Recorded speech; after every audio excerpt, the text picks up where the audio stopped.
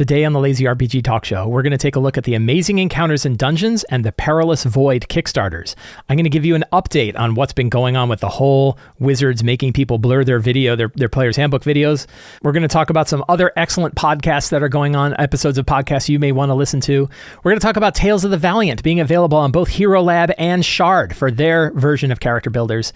I'm going to dig into the biomes of the City of Arches today, and we're going to cover questions from the August 2024 Patreon Q&A, all today on the Lazy RPG Talk Show. I'm Mike Shea, your pal from Sly Flourish, here to talk about all things in tabletop role-playing games. If you like this show, if you like the work that I do, if you're a fan of The Lazy Dungeon Master or any of the other books that I have made, please check out the City of Arches Kickstarter. The City of Arches is a 160-page PDF and hardcover high fantasy city sourcebook for your 5e and fantasy role-playing games. It is a city sourcebook built for lazy GMs by a lazy GM, although I put a lot of work into this over the last couple of years, that you can drop right into your own existing campaign setting, whether that's a published campaign world or your own homebrew campaign world. It's a city, it's an eclectic city, cosmopolitan city where any species makes sense. So whatever species your characters wants to be, whatever your players want to be, it all makes sense being in this city. And it is a city of high adventure where you can delve into the crypts above the city, you can delve into the ruins of the cities below, layers of cities that exist below the City of Arches, and lots of areas of adventure on the outskirts of the city itself. You can find a 42-page free sample that includes a playable introduction scenario, a playable adventure, and a whole lot of material to show you the kind of stuff that exists inside this book. A 42-page downloadable PDF. One-click download, you can just click it and get it. Check it out. It's available on Kickstarter right now. You can find a link down in the show notes. I really appreciate it if you take a look at it, and I'd really appreciate it if you tell your friends about it so that they can get in on this Kickstarter as well. Speaking of Kickstarters, my friend Christian Zuck, creator of many of the Amazing Encounters books, has a new one called Amazing Encounters and Dungeons. This is a print-on-demand hardcover and PDF encounter book that's focused on dungeons. When I took a look at this, it reminded me, Christian has built his adventures around really fantastic maps. He is a cartographer by trade, and he makes fantastic maps for role-playing games. And this is really kind of hits the nail on the head. He has done a bunch of other different Amazing Encounters and Adventures kind of books. But this one in particular reminds me very much of the 4th edition Dungeon Delve book, which was a very well-loved book of short dungeons that could take you from 1st to 30th level. There were 30 of them in that book. My friend Sean Merwin worked on it. A bunch of people worked on that book. Really, really cool book for 4th edition that they've never really recreated for 5th edition. But this one looks very much like a version of that, where you have small dungeon maps and small adventures that take you through the whole place. It is $20 for the PDF, $25 in order to get a print-on-demand code from DriveThruRPG so you can print it and have it shipped directly to you. Reasonable price for the kind of Kickstarter for the kind of product that you're getting here. Does he have a preview? Oh, all right. Now we're going to see. Christian, do you have the one-click preview? Yes, one-click previews. So if you want to see what it looks like, you can click the preview and get a 20-page sample of the kind of stuff that you're going to get in here. The various scaling so you can scale it up to various levels, and an example of the kind of work that he has here, including the kind of map. And again, this reminds me so much of the kind of maps that we saw in the excellent Dungeon Delve room. And here he's got like the specific room and the breakout of what's happening in the room. Really, really cool stuff.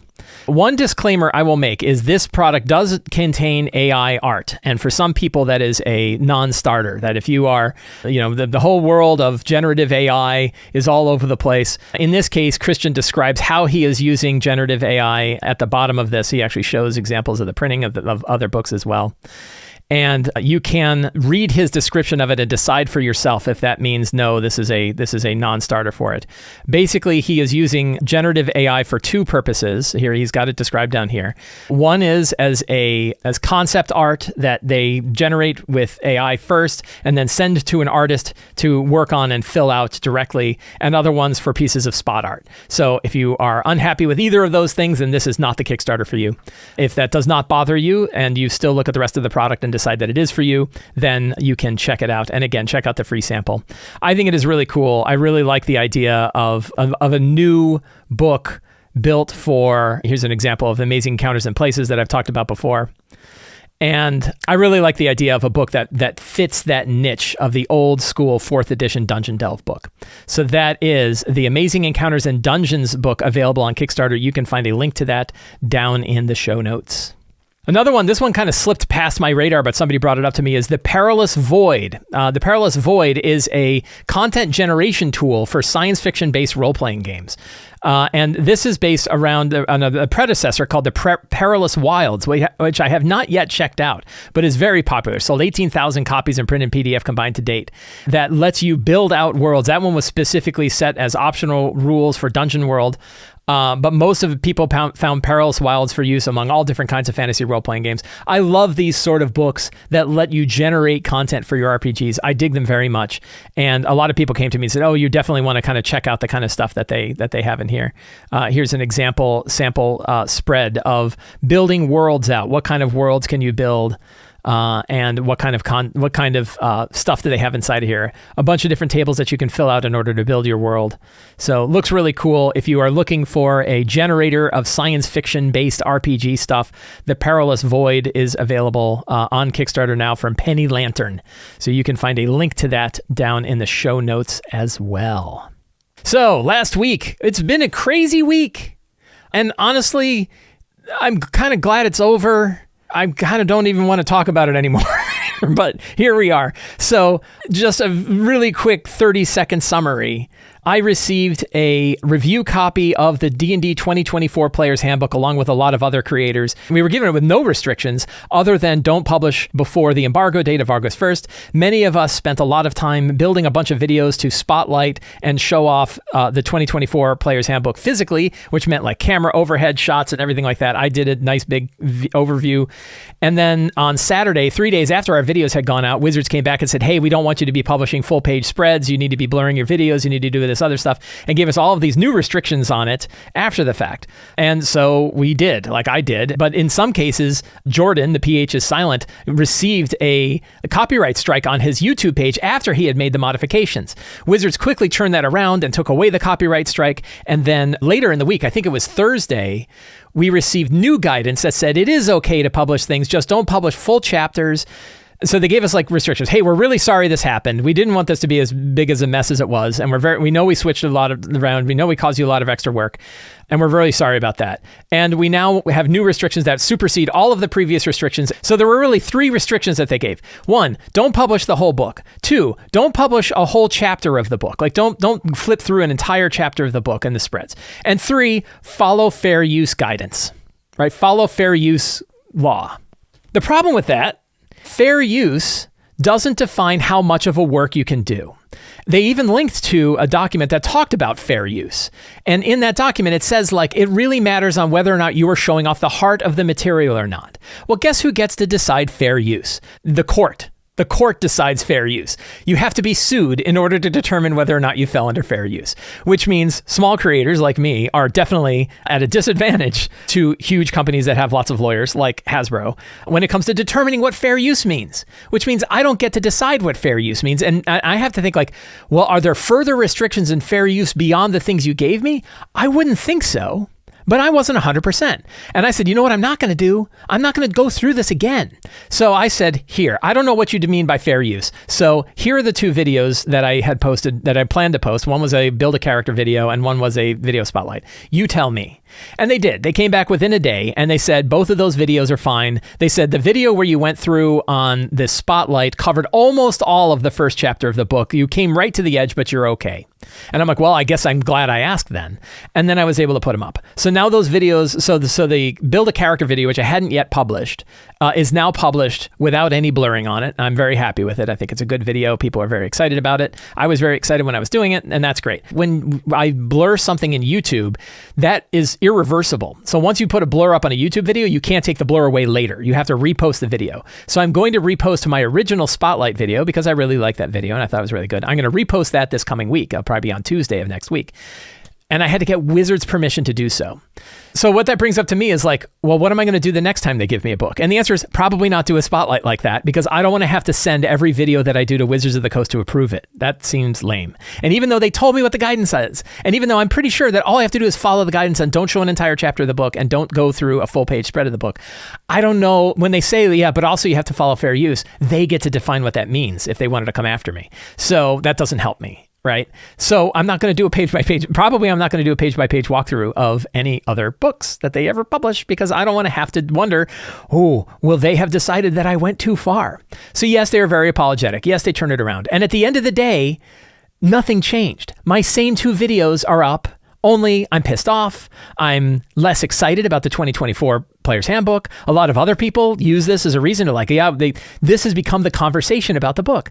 I was excited for it. I was happy about it. I read the book and I was like eager to focus on the book and what was inside the book. And then all this crap happened. And at the end of the day, what changed? Nothing. Other than that, other than me being mad, the same 2 videos are online. They went through a whole bunch of rigmarole. The same videos are up. So nothing actually changed. If they had done nothing at all, if they just went to Gen Con and focused on continuing to market the book and let us put out our videos and not harass a bunch of people because they were worried about it, that would have been great. There's a whole section about that the fact that somebody did a video where they walked through every single page of the book and somebody else took screenshots and made a PDF of that. That already happened. So saying everyone else needs to blur their videos, it's too late. It's already happened. And by the way to combat that is put out a PDF of the book yourself. Sell D&D books as PDFs on the DMs Guild. What was interesting is what other publishers said. So Kobold Press put out 2 messages on their Discord server. Somebody said, hey, I wanted to know if it was okay for me to post videos of Tales of the Valiant. And they said, Kobold Press is taking the somewhat, might call a controversial stance that all the cool stuff in the book should be visible to people so they can decide if they're interested in them. If you'd like to show the art and content that we're proud to have made, we support that. They posted that again as sort of a general announcement.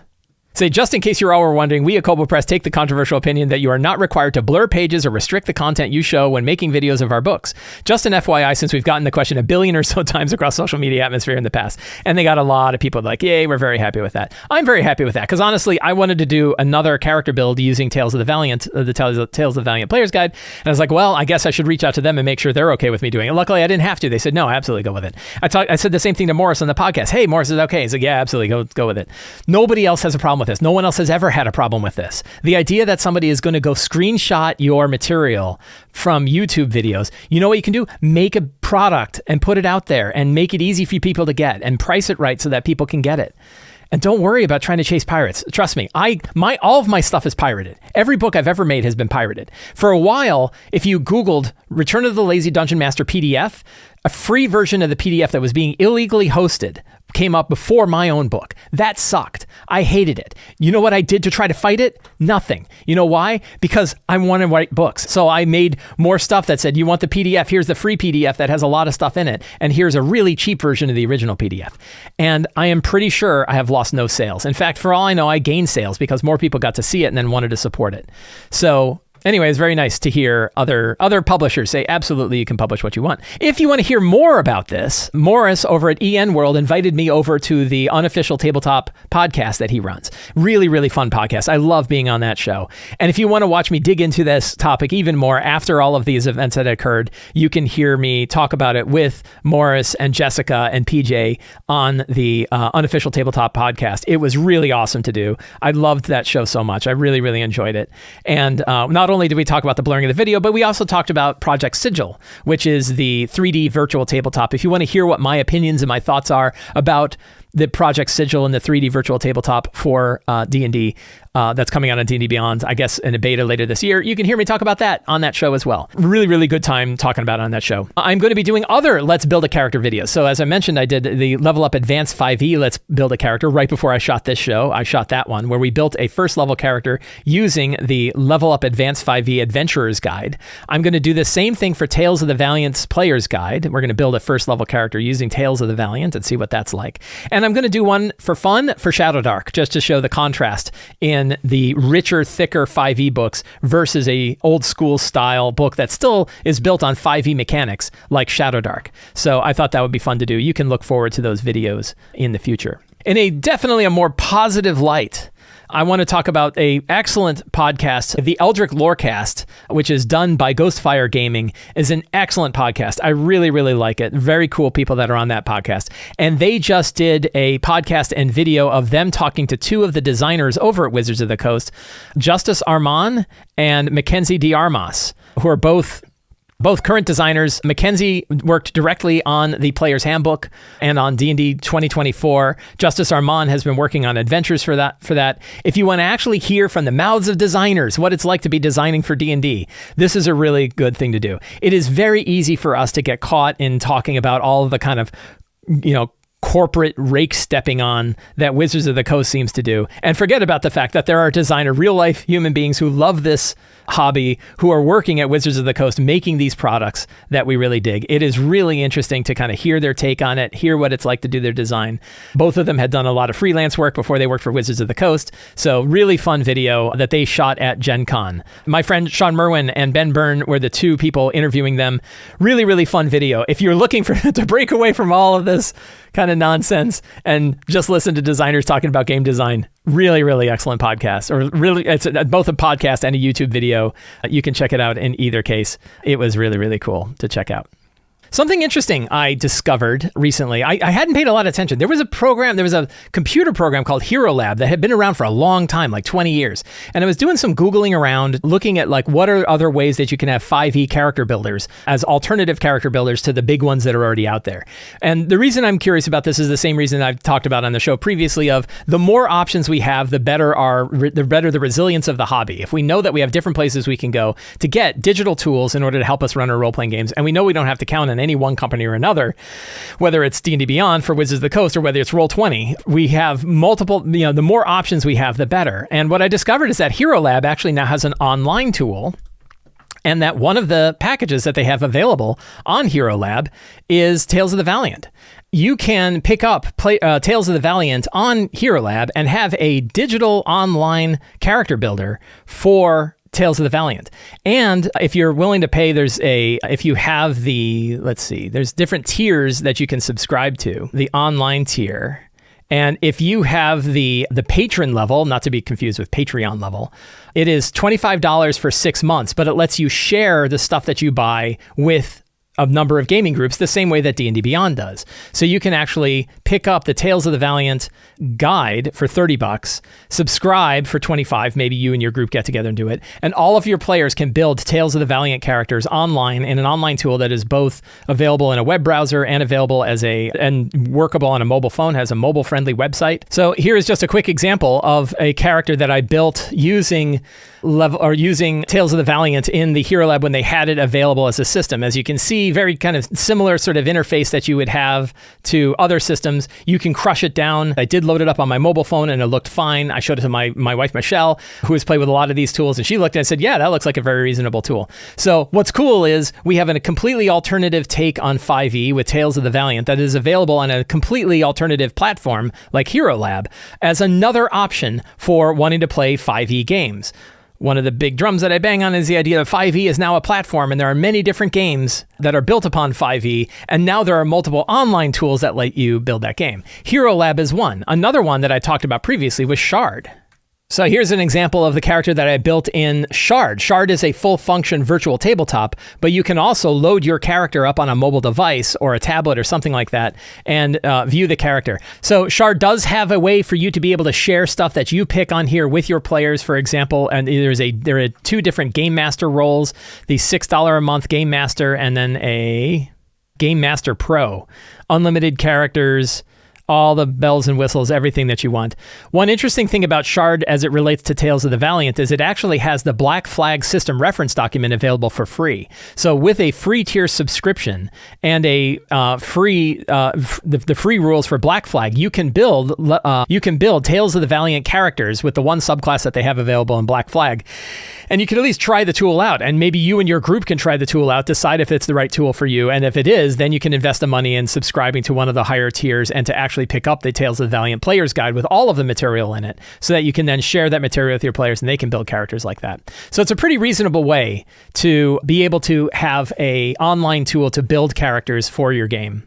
And the nice thing is that we now have multiple ways we can do so, multiple tools that we can use to build out and play and run 5e games online with different game systems from different companies with different sets of tools that are all independent from one another. They're not at all interconnected. One company can't kind of pull the thread and rip out the results of all of this. So that's pretty cool. And I think it's really neat to see a bunch of different competing systems that are building characters online. And we know that there are more to come. I know Roll20 is building out a character builder for theirs. I know they have Tales of the Valiant in there. I know Level Up Advanced 5e is building the Level Up Gateway, so you'll have a way to have a digital tool to build Level Up Advanced 5e characters. I talked to Morrus a bit about that on his podcast. So we got a lot of different tools. And D&D Beyond. I talk about all of these as though you should avoid D&D Beyond completely. Like D&D Beyond is evil. And that is not what I think. I think it's totally fine to be using D&D Beyond. I don't think we should count on D&D Beyond to be our sole reliance on 5e and our happiness with 5e. We should be willing to say, you know what? D&D Beyond isn't serving me like it used to, or I like these other tools over here, or wow, look what this other tool did that's doing something better. Maybe I'll move over there. We don't want to be locked in to any one platform, whoever it is, whether it's Roll20, whether it's Shard, whether it's here. We want to know we can switch when the opportunity is there or when they offer a better service for the money that we're paying. So that's really what I'm excited about. And I think it's neat to see more and more of these tools come online. As I mentioned, the City of Arches Kickstarter is going on right now. The City of Arches is a 160-page high fantasy city sourcebook built for lazy DMs. You can find a link down to this sourcebook below. I wanted to talk a little bit about this idea I had for the City of Arches that I'm calling Biomes. I'm kind of stealing the name from like Minecraft and other things about different regions of adventures and the kinds of adventures that you would have in them. And so one of the things that I did with the City of Arches is that I broke it out into these large areas that all have their kind of individual adventure locations in them. And I'm going to talk about those different adventure locations today. One of the biomes is inside the city sourcebook itself, or it's inside the marker. One of the biomes I talk about in the 42-page sample, which is the city itself. The upper city is itself its own kind of biome with all of its little adventure locations that are going on, which is generally like has its own sort of theme to it. It's safe. It's bright and colorful. It's happy. It's a place that you would want to be. It's a place you want to hang out. It doesn't mean that there are never any adventures there, but you're not really at a threat there. But obviously that doesn't make it super fun for every RPG that you're in or any kind of RPG story that you're running. You want some areas a little bit more threats. So we have these different sort of biomes that meet common kind of areas where adventures typically take place, but with their own interesting overlay. So an example of that would be like the lower reaches. So the upper city is a nice, bright place of safety where everybody's happy and everything's going fine. But there is sort of a criminal-run underworld to the City of Arches known as the lower reaches. It's still kind of civilized. You might be able to walk down the street and not get mugged, but there's like organized gangs of people who all operate under a large umbrella organization known as the Black Hand. And the Black Hand kind of decides like, okay, who's able to do what kind of stuff in what sort of region. They have sort of command over the area. It is built underneath the city, so it's literally dark and shady. The light never hits here. They have these sort of eldritch lights that are there all the time. It's a place where you can go hang out, but there's little threats, right? There's a little guy. Look at that guy's. Hey, maybe I can rob those two people, right? There's like armed guards. A lot of different shops that operate around there have their own sort of mercenary companies or their own sort of paid protection to make sure that their shops are there. Now, there are the Golden Knights. The Golden Knights operate security for the upper city. The Golden Knights know that it is shady down below the city, but they've kind of come to an agreement that as long they know, it would be really, really hard and dangerous to try to root out the criminal elements that are down in the city below. And also, as long as they're not up to anything too bad or too nefarious, well, that's fine. We'll kind of turn a blind eye to it. And also there's probably a small amount of corruption that's going on down there as well. So lots of different adventure locations that exist inside of the lower reaches. You've got little arenas where things are taking place. You've got evil temples that exist down there. The Tower of Cartan, the evil wizard's tower. No, it's not really evil. The sinister wizard's tower has a whole operation going on down here. But then there's also nice places. There's a place over here where you might want to go and have a drink and watch some shows. There's a lot of different locations locations. There's a shady vendor who operates out of here, where if you come by some questionable things that you picked up, maybe you want to sell it there rather than trying to sell it to the vendors on the streets. Huge apartment complexes for those who kind of prefer to stay outside of the light of the law. All sorts of different, and then the further out you go from the tunnels, the more you get into like weird bestial ruins and old ships that have crashed upon the shores, mysteriously crashed upon the shores. So that's another example of a biome. Another one, then you want to go even deeper. What are scarier places? What about Sunken Revia? Sunken Revia is far more dangerous than any of the locations up above. It is a completely ruined city back from the time of the Nameless King. There are evil wizards. One of my little fun bits is that you can never be sure if you're flying, if you decide that you're going to cast the fly spell to fly over things, if there are evil flying wizards who just like shooting people out of the air with lightning bolts. So it is a very dangerous place. There are multiple factions that are trying to get control over Sunken Revia, this total like lower city, but nobody can. Very powerful forces. This is sort of your certainly tier 2, probably up into tier 3 level locations. So like 7th level and above, you could operate down here. And there are some creatures down here that are even in your tier 4, your level 17 plus category of things. You know, even darker, more sinister temples, overflows of weird liquids that drip down below, ruined cities. There is a nice place here. You're like, look, they got little pendants. There's a kobold village that operates out of here that's under the protection of the ghost and spirit of an ancient red dragon that ruled over them. The dragon is long dead, but the kobolds still remain. As you can see, tons of like little secret tunnels and passageways that can connect it. There's like raised walkways that can take you from one place to another. There's a whole floating castle up here, big sinkhole, and a ruined temple nearby. You know, more ruined towers, a huge defaced statue of the Nameless King, all kinds of things in Sunken Revia. So that's a third biome. Other biomes include like the Cliffs of the Dead, a whole network of old crypts that are slowly being drawn deeper into the mountain mysteriously. Somehow the mountain is absorbing these ancient crypts. So the deeper you go, the older the crypts are. Newer crypts are on the outside, older crypts are deeper in. Beyond that are the endless warrens, tunnels and chambers of natural stone where bestial lairs all occur. And then there's outside the city, which we call the Borderlands, right? And, you know, the old homage to the old Borderlands. The Borderlands are the regions around the city. So we have the City of Arches over here, but then nearby we have the City of Blades. We have sort of the ruins of the desert known as the Deadlands off to the west, with old temples and ancient cities that have been forgotten. To the north, we have the Revlin Marshes, where old ruins have been slowly absorbed down into the seeping lands above.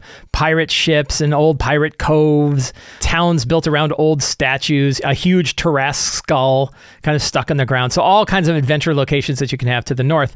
And then to the south are the Dorish Hills. The Dorish Hills are sort of your English countryside sort of thing. Again, giant helms of longtime protectors that are stuck in the ground. All of these three regions have these watchtowers that exist. The watchtowers date back to the age of the Nameless King.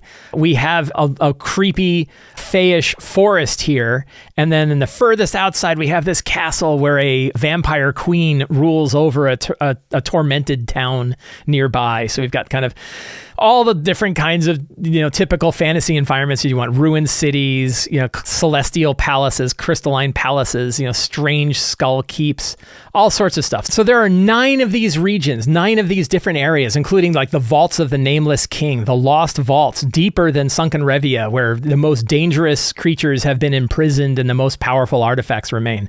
9 different regions of adventure, each of which have at least 10 different locations described that you can run different things. So I really wanted to like fill out this whole area with places for you to go on adventures. There are literally hundreds of adventure locations, every one of them with an adventure hook, that all kind of fall under these big regions that are very common in our game. So you can turn the Cliffs of the Dead into any sort of catacomb or crypt, or add any adventure that builds on catacombs and crypts. Old ruins can go in lots of different locations. So it's really meant to offer a good framework for you to be able to build your own adventures or tie in adventures that you want to, but also gives you enough information to make the place unique and interesting for your story.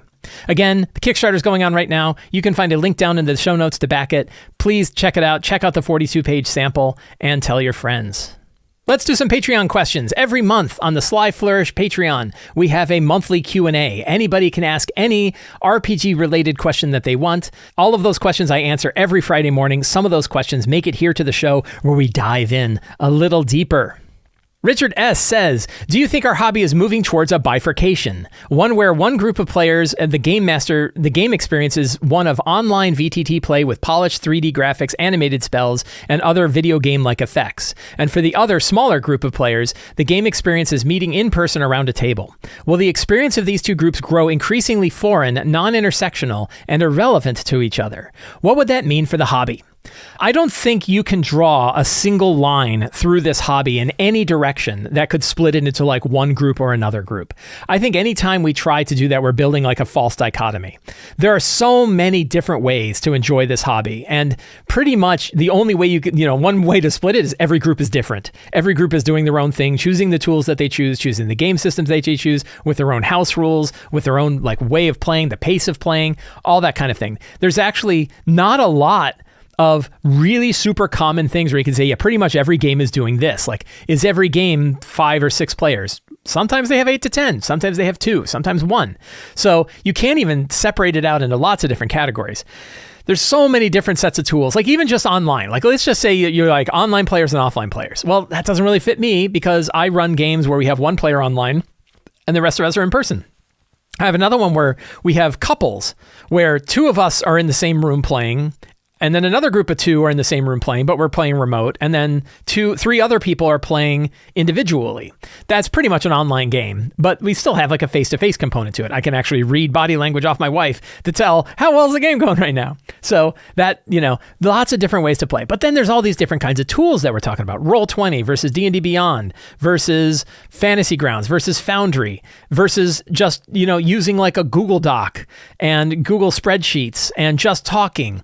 Even just the online component has so many different ways that people are playing. It's really hard to even group them all together and say those are all online players and these are all in-person players. In-person players have all different kinds of things. Sometimes they play for 8 hours at a time once a month, or once every couple of months. Other people, myself, I play about 2.5 hours or 3 hours weekly. Lots of different gameplay styles. Then all the game systems that are being played out there. A lot of people are playing D&D 5th edition, but many people are playing Pathfinder 2, or they're playing other systems. So how do we look at those? So the hobby, there's no one clean way to separate the hobby and split it out in a way where we could say this is going on or this is going on. Really, the hobby is huge and it has so much flexibility. And it has, what I love about it, what I've been talking about now for weeks, is how much freedom we have to decide what we want our version of the hobby to look like. Nobody has to tell it us. If the 3D virtual tabletop that Wizards of the Coast is coming out with called Project Sigil is super popular, it still doesn't matter if I want to use it or not, right? Its popularity doesn't mean I have to use it. Now, you could have situations where like Roll20 is really, really popular. And if I want to play in a game that is being run by the Adventurers League online, it's likely that I'm going to be playing on Roll20 because I think it's like 10 to 1 the games are using Roll20 over other ones. But there are some DMs who are using Owlbear Rodeo, or they're using other tools. And like my wife and I will look and be like, are any of the DMs using Owlbear Rodeo? Because we tend to like those games better than the ones that use Roll20. And we can pick those out. Also, if you're a DM, the world's your oyster. You get to decide exactly what you want to play. And generally speaking, I know sometimes it can be hard to like, oh no, I only want to play Mothership and I only want to play it in this platform and I can't find anybody to play Mothership with me. Sometimes you got to go look. Sometimes you have to build another group and get people excited about the kind of games you run and then play Mothership with them. So, but there's lots of different ways. Finding players to build a good group, finding good players for a good group, the right kind of players for your kind of group, that's really tough. And that's really where this hobby has always had a big struggle. And it's something that we're going to have to continue to struggle with and hopefully come up with better ways and tools and tips and tricks to come up with that. I don't think I'm really answering the question you want me to answer, though. So we're going to take a look at this again. Will the experience of these two groups grow increasingly foreign? I guess what we're really saying here is, are there a bunch of people who are going to be so excited about a 3D virtual tabletop put out by D&D that it's going to become a whole different kind of separate game than other people playing D&D without that? Maybe, but I don't think that's different than like the Adventurers League. So the last time I did a poll, it was about 20% of players were playing in the D&D Adventurers League. And one thing that was really clear to me is when I went to a convention and I saw people who only play Adventurers League, that they're really playing a different kind of game than I was, because they knew that they were jumping from table to table. They were really focused on their character. They were focused heavily on the accomplishments that that character had made from one session to the next, because they know those are the things that would be recognized by other groups. Backstory and other kinds of things, nobody really cared, because they wouldn't know which adventures have you run, what adventures have you not run, what happened to you when you ran this adventure.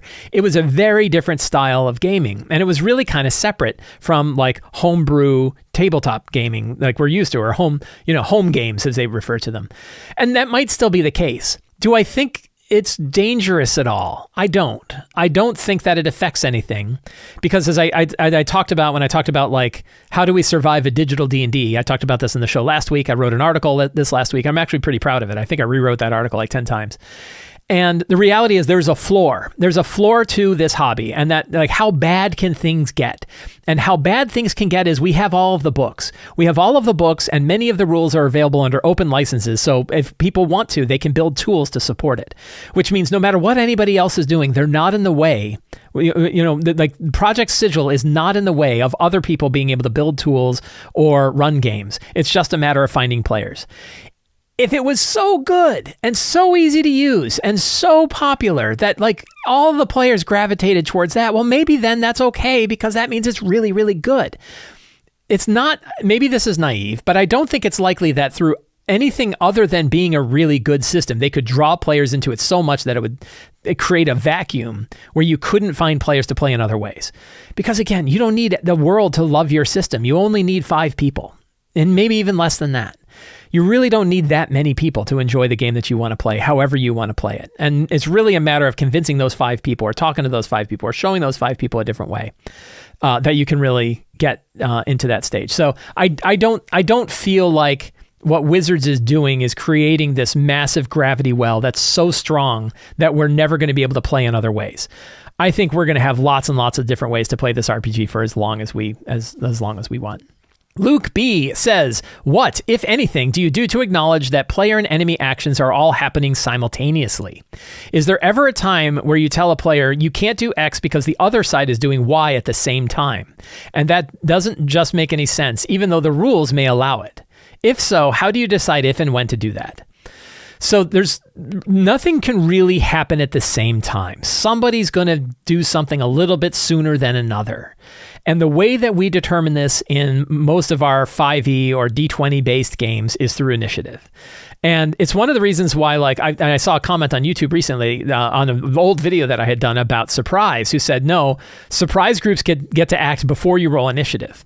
And I haven't dug into this in the 2024 rules, but I bet you it's still the same. Anytime any creature is doing any kind of opposed thing to somebody else, to some other creature, and timing matters, just roll for initiative. That will determine who gets to do what first. There is no acting before initiative if it's an opposed kind of situation. So the idea that things are happening simultaneously, I mean, you could kind of decide, and you can come up with your own sort of house rules on this. But if it's really an area of contention, if the players are saying, no, I want to try to do this before they do it, or they say, they're about to do something, I want to try to get in on that before they manage to accomplish it, the best way to handle that is initiative, because everything else is sort of railroading. Everything else you're saying, no, you're not able to do that because they managed to get this ahead of time. Only if they've already done it and the players didn't have a chance to stop them, do you say you don't roll initiative. But otherwise, and I feel like this is a good way to handle it, whenever there's a situation like this, roll initiative and play it on an initiative order. Even if it's not combat, it still gives you an idea who goes first. And it makes you as a GM stretch yourself to say, I wasn't prepared for them to be able to intercept this action, but they did because they rolled really high on their initiative. So that is a way to kind of make sure that you are handling the situation in a way that is fair and is letting the randomness of the dice determine the situation. So There is no readying an action before initiative takes place, is one thing. You can't ready an action and then get your action before initiative rolls. Instead, you say, no, you can prepare. And now I like the new surprise rules, which is essentially if a group is surprised, they roll initiative with disadvantage. That's the new 2024 rules. Really simple. I really like it. And I think that can work really well. And that's like, you can house rule that into any of your games. One of the cool things about like, as all of these different systems, these different 5e systems, is we can steal from them and put them into our game. Do you like the luck system from Tales of the Valiant? Grab that. Do you like the escalation type from 13th Age? Grab that. Do you like the idea of surprise from 2024 D&D, but you're playing a level up Advanced 5e? Grab it. Do you like this supply system and safe havens from Level Up Advanced 5e? Grab those. We get to build from all the best pieces of all of these different games and bring them in as like our own little set of house rules to decide. But generally speaking, the way I run it, and you're free to run it differently, is if you ever have opposed situations like this where timing really matters, use initiative. Victor G says, WOTC Digital D&D. What if it was a subscription service? Like $10 a month, you get access to the current books. $20 gets you access to the back catalog, like Spotify for D&D. They could still sell the books like vinyl records. My question is, would you find any of that more quote unquote acceptable? Acceptable. I mean, we each get to decide what we want. And again, as long as the books are for sale, everything is acceptable as far as I'm concerned. They can do whatever they want with D&D Beyond, right? Like, I don't know that there's anything that they could specifically do with D&D Beyond where I feel like they are hurting the hobby when they do this, right? That the rest of the hobby is getting worse.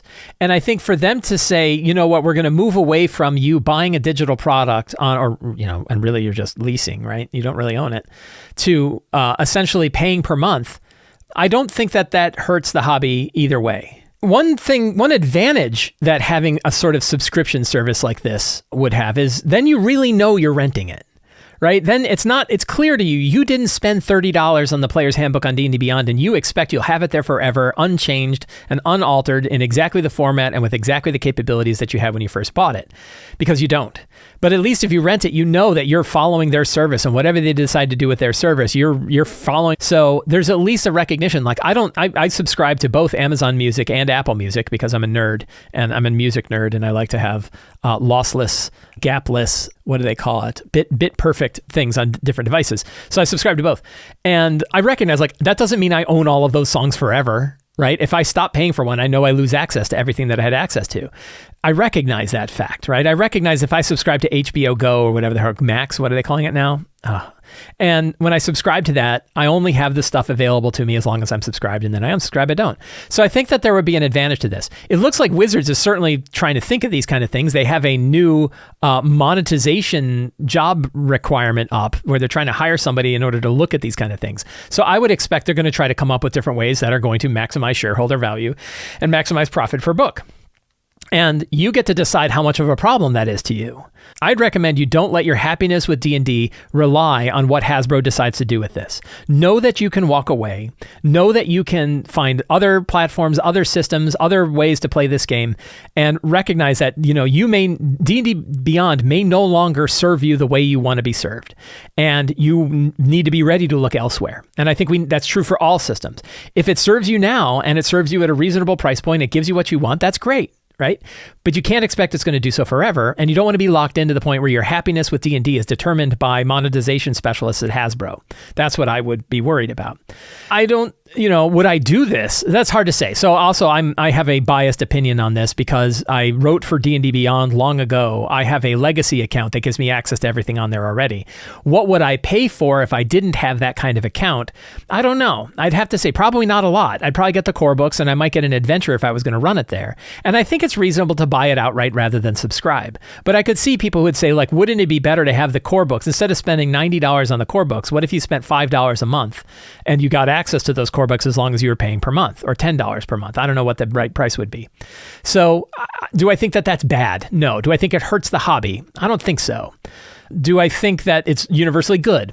Probably not either, right? I kind of draw this at an even Steven level. I don't feel like D&D and I don't feel like Hasbro has a monopoly on the game, and certainly not on the hobby, the RPG hobby overall. So they're going to try stuff like this. And if it upsets you, you're free to be upset, but you can't be surprised. they are definitely going this route. You're definitely going to see in-app purchases. You're definitely going to see more like digital add-on things like the Gold Dragon. You're going to see a lot of this stuff happen. There's no way that's going away. In the same way that they can't stop people pirating the PDF of the book, you can't stop them trying to monetize the hell out of all of this stuff. So I don't see it as either a good or a bad thing. Is it acceptable? It's not for me to accept it or not. Like, we each get to decide whether it's acceptable or not. I don't think it's the end of the world. Richard C. says, next month, I'm off on holiday to Switzerland to eat cheese and climb mountains. God, that sounds awesome. Now, the cost of living in Switzerland is fairly high. So when I get back, I will only have funds for one TTRPG treat. My question is this. If it were you, right now, full of bracket fancy cheese descriptions here. I tried to pronounce them. There's no way I could pronounce those cheese descriptions, and I was just going to look dumb on my own show. So I replaced them with fancy cheese descriptions here. But empty of pocket, which would you buy? The 2024 Player's Handbook or Shadowdark?